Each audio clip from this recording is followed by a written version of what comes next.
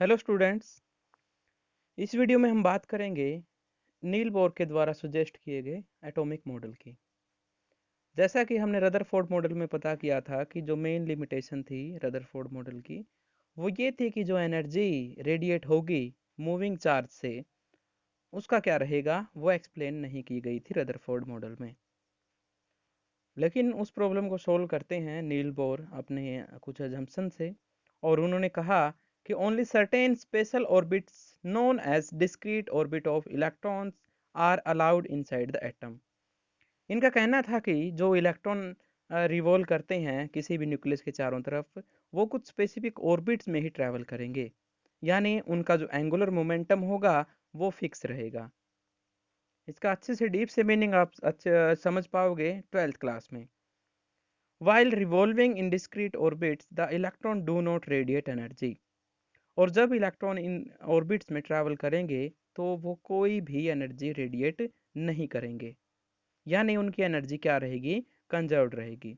हर एक इलेक्ट्रॉन एक specific energy को रखेगा और वो एनर्जी उसकी कहलाएगी। और जिस ऑर्बिट में वो ट्रैवल करेंगे एक सिमिलर पैटर्न वाले इलेक्ट्रिसिटी जो एनर्जी है उनके पास इलेक्ट्रॉन के पास वो एक स्पेसिफिक एनर्जी लेवल कहलाएगा। Energy is emitted or absorbed by an atom only when an electron move from one orbit to another। Energy या तो रेडिएट होगी या फिर अब्जॉर्ब कर ली जाएगी जब कोई भी इलेक्ट्रॉन मूव करेगा अपने ऑर्बिट से किसी दूसरे ऑर्बिट में। वो अपर ऑर्बिट हो सकता है या लोअर ऑर्बिट हो सकता है। दोनों ही केसेस में एनर्जी जो है वो रेडिएट होगी या फिर एब्जॉर्ब होगी। अगर हायर लेवल पे जाता है एनर्जी एब्जॉर्ब होगी, अगर डाउन आता है तो एनर्जी रिलीज होगी यानी एमिट होगी।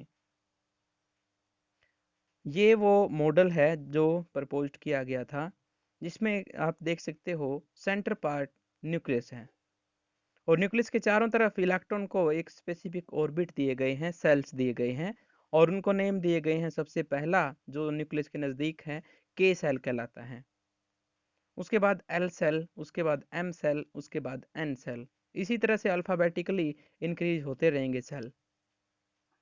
और यहाँ पर एन को आप 1 = 2, n = 3 4 इस तरह से ये है बढ़ते रहते हैं। इसको कहा जाता है प्रिंसिपल क्वांटम नंबर, यानी जो इलेक्ट्रॉन है वो कौन से एन में प्रेजेंट है या सेल नंबर को रिप्रेजेंट करता है। ये यहाँ पर ये जो सर्कल बने हुए हैं ये एनर्जी लेवल्स को शो करती हैं। उसके बाद हम बात करते हैं एटॉमिक नंबर की। इस मॉडल के अकॉर्डिंग अलग अलग से स्पेसिफाई किया गया है कि प्रोटॉन की नंबरिंग क्या कहलाएगी, न्यूट्रॉन की नंबरिंग क्या कहलाएगी और इलेक्ट्रॉन की नंबरिंग क्या कहलाएगी। The total number of proton lying in the nucleus of any atom is called atomic number.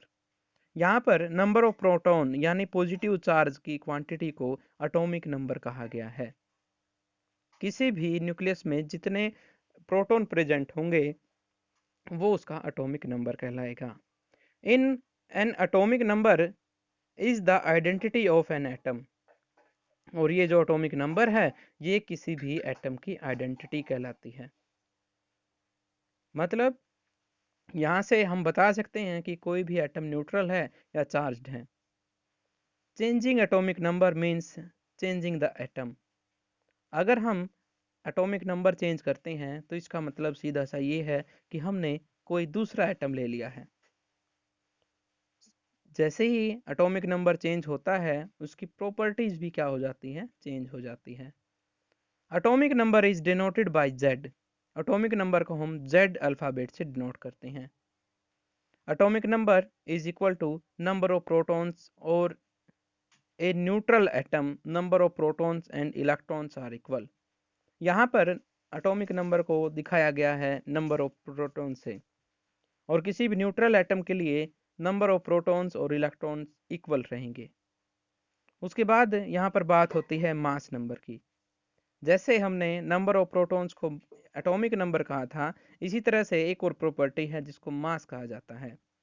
It is the sum of total number of protons and number of neutrons lying in the nucleus of an atom. Mass number रहेगा number of protons plus number of neutrons जो nucleus में present होते हैं। It is denoted by A, ये alphabet A से denote किया जाता है। मास नंबर रहेगा number of protons plus number of neutrons. उसके बाद हम किसी भी एलिमेंट को यहाँ पर रिप्रेजेंट करके दिखा रहे हैं। तो रिप्रेजेंटेशन इसकी इस तरह से होती है, नीचे सबसे लिखा जाता है एटॉमिक नंबर, उसके बाद एलिमेंट का सिंबल, जैसे हाइड्रोजन है तो हाइड्रोजन यहाँ पर लिखेंगे, और ए यहाँ पर एटॉमिक मास को रिप्रेजेंट करता है। यहाँ पर एग्जाम्पल है, calculate number of protons, electrons and neutrons. ये आपको कुछ से एलिमेंट दिए गए हैं और उनमें आपने बताना है नंबर ऑफ प्रोटॉन्स कितने हैं और इलेक्ट्रॉन्स कितने हैं, न्यूट्रॉन बताने हैं। तो जैसा कि मैंने बताया था, सबसे नीचे लिखा जाता है एटॉमिक नंबर, और वो होते हैं नंबर ऑफ प्रोटॉन्स, यानी नंबर ऑफ प्रोटॉन्स यहाँ पर रहेंगे 17। मास नंबर यहाँ पर क्लोरीन का अपर कॉर्नर पे लिखा जाता है और 35 दिया गया है। अब हमें पता है number of neutrons plus number of protons is equal to mass number. तो हम यहाँ पर 17 को माइनस कर देंगे तो नंबर ऑफ न्यूट्रॉन्स हमें पता चल जाएगा 18 है। और जैसा कि हमें पता है किसी भी न्यूट्रल एटम के लिए नंबर ऑफ न्यूट्रॉन्स और प्रोटॉन क्या होते हैं, number of electron and proton are same, मतलब इलेक्ट्रॉन भी यहाँ पर कितने रहेंगे, 17 रहेंगे। उसके बाद ये जो स्कीम है बोर बुरे स्कीम, इसके अकॉर्डिंग हम बताएंगे कि किसी सेल में कितने मैक्सिमम नंबर ऑफ इलेक्ट्रॉन रखे जा सकते हैं। तो इस स्कीम के अकॉर्डिंग एक फॉर्मूला स्टडी किया जाता है 2n², और n यहाँ पर नंबर ऑफ सेल है, मतलब हम कौन से सेल में इलेक्ट्रॉन को रखना चाहते हैं। मान लीजिए हम तीसरे सेल में रखना चाहते हैं इलेक्ट्रॉन्स को, तो कितने मैक्सिमम हो सकते हैं। तो आप n की जगह 3 रखिए और 3 को स्क्वायर कीजिए तो कितने होंगे, 9। 9 इंटू 2 18, यानी तीसरे सेल में 18 एलिमेंट रखे जा सकते हैं। और इस तरह से हम यहाँ पर जो है स्कीम फॉलो करते हैं, 2 8 18 इस तरह से इंक्रीज करते रहेंगे, और फिर 32।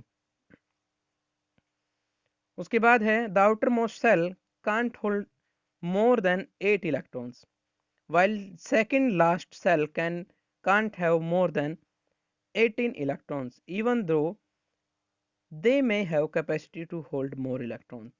यहाँ पर ये बताया गया है कि सेल की चाहे कितनी भी कैपेसिटी हो, इस स्कीम से बाहर वो इलेक्ट्रॉन को एक्सेप्ट नहीं करेगा।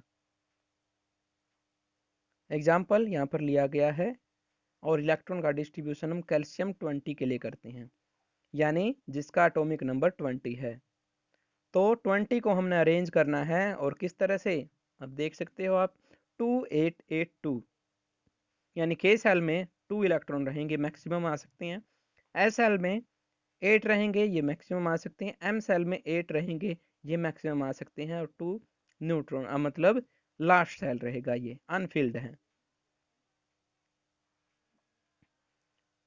यहाँ पर जो रिप्रेजेंटेशन होगी 2 8 10, ये रॉन्ग रहेगी। हमें जो सेल है वो कुछ इस तरह से लिखने पड़ेंगे कि वो स्कीम को फॉलो करे, 2 8 8 18 18 32 फिर 32, उसके बाद डिक्रीजिंग ऑर्डर रहेगा।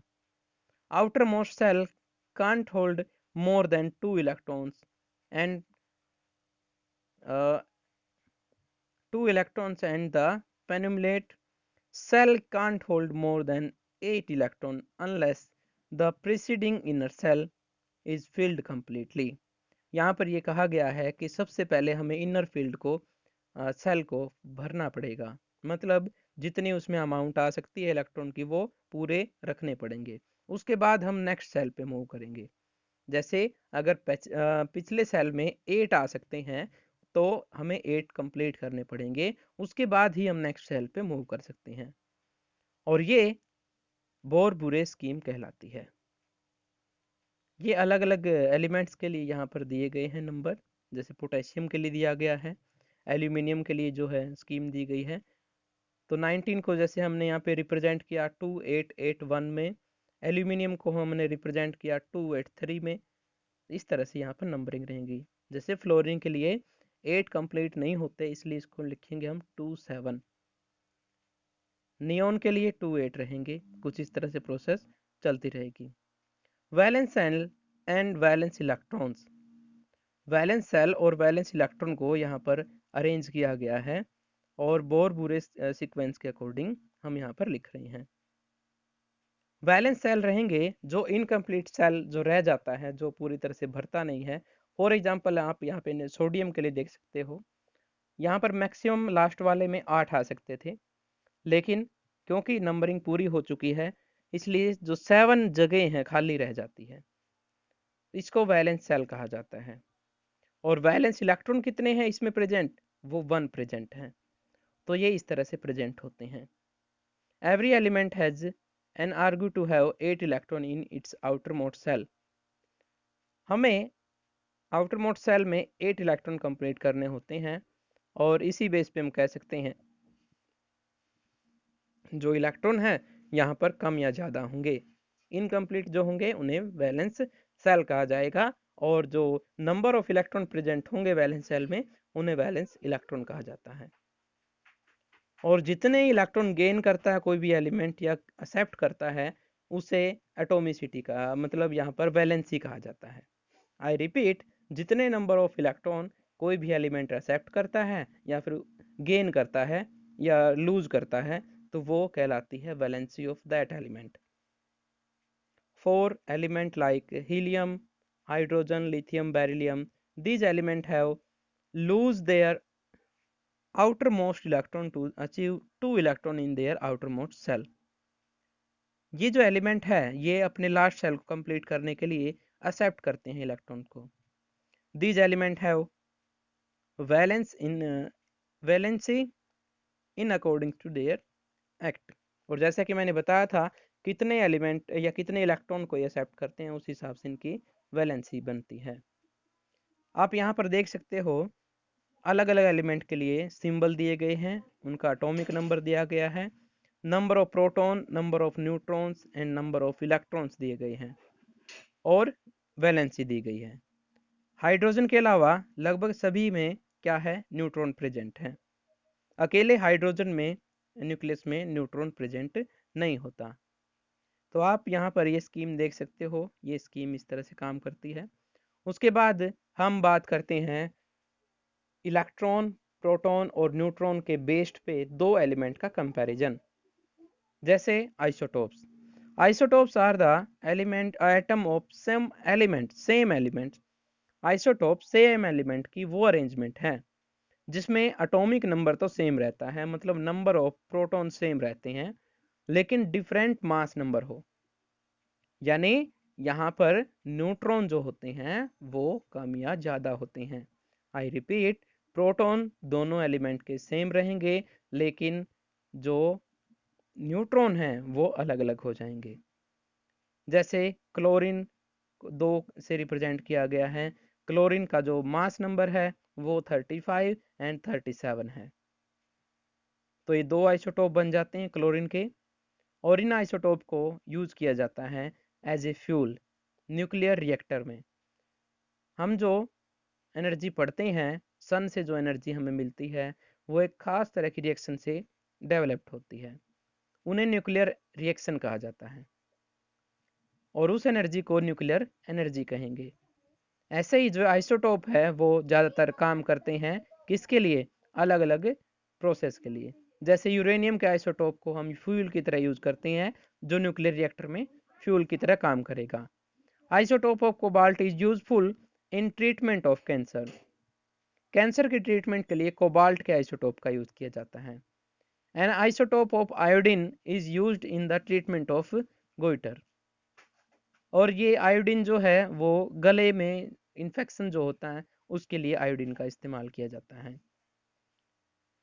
उसके बाद यहाँ पर है आइसोबार। आइसोबार मतलब ये ऐसे एलिमेंट होंगे जिनमें एटॉमिक नंबर क्या होता है, डिफरेंट होता है और मास नंबर क्या होता है, सेम होता है। यानी यहाँ पर न्यूट्रॉन और प्रोटॉन के कॉम्बिनेशन से जो मास नंबर बनता है वो तो सेम रहेगा लेकिन नंबर ऑफ जो इलेक्ट्रॉन होते हैं या प्रोटॉन होते हैं वो अलग अलग होंगे। जैसे आप यहाँ पे देख सकते हो कैल्शियम का जो एटॉमिक नंबर है वो 20 है, आर्गन का 18 है, लेकिन इनका मास नंबर क्या है, दोनों का सेम है। ये कुछ एग्जाम्पल हैं। तो आप यहाँ पर सोडियम और मैग्नीशियम में भी ये देख सकते हो, ये भी क्या कहलाते हैं, आइसोबार कहलाते हैं। तो इस तरह से आपका चैप्टर जो है कंप्लीट होता है और मुझे उम्मीद है आपको समझ में आया होगा। Okay, all the best.